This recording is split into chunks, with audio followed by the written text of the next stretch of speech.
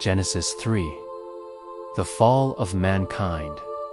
Now the serpent was more cunning than any animal of the field which the Lord God had made. And he said to the woman, Has God really said, You shall not eat from any tree of the garden? The woman said to the serpent, From the fruit of the trees of the garden we may eat.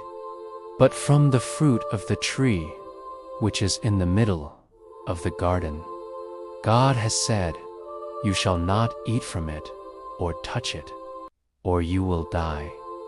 The serpent said to the woman, You certainly will not die. For God knows that on the day you eat from it, your eyes will be opened, and you will become like God, knowing good and evil.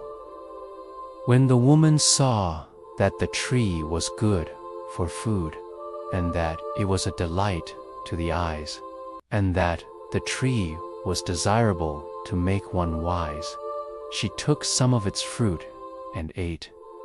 And she also gave some to her husband with her, and he ate. Then the eyes of both of them were opened, and they knew that they were naked. And they sewed fig leaves together and made themselves waist coverings. Now they heard the sound of the Lord God walking in the garden in the cool of the day. And the man and his wife hid themselves from the presence of the Lord God among the trees of the garden.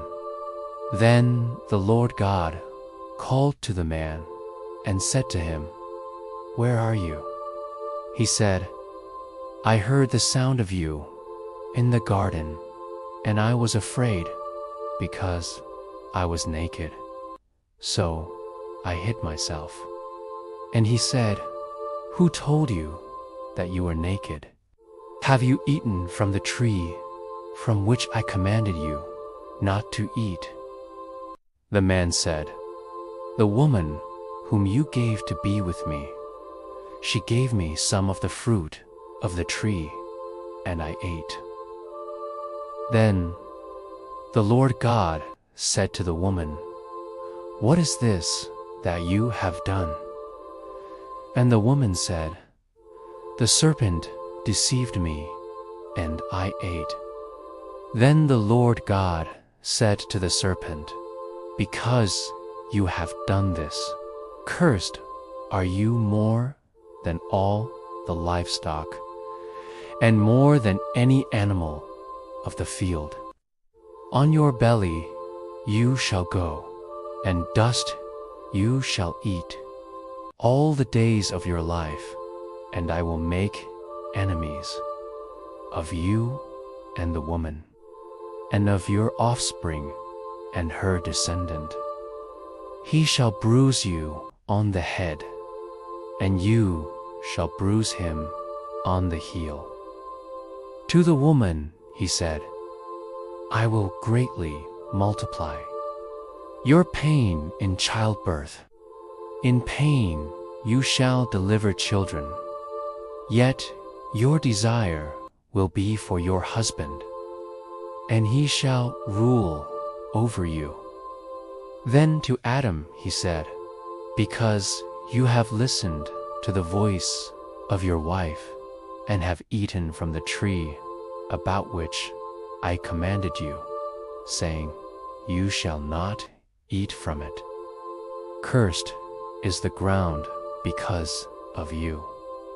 With hard labor you shall eat from it all the days of your life. Both thorns and thistles it shall grow for you. Yet you shall eat the plants of the field. By the sweat you shall eat bread until you return to the ground, because from it you were taken, for you are dust, and to dust you shall return.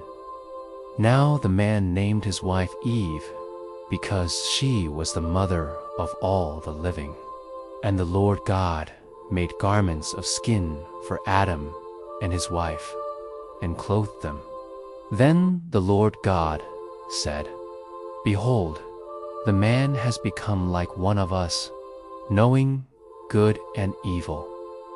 And now he might reach out with his hand, and take fruit also from the tree of life, and eat, and live forever. Therefore the Lord God sent him out of the Garden of Eden to cultivate the ground from which he was taken. So he drove the man out, and at the east of the Garden of Eden he stationed the cherubim and the flaming sword, which turned every direction, to guard the way to the tree of life.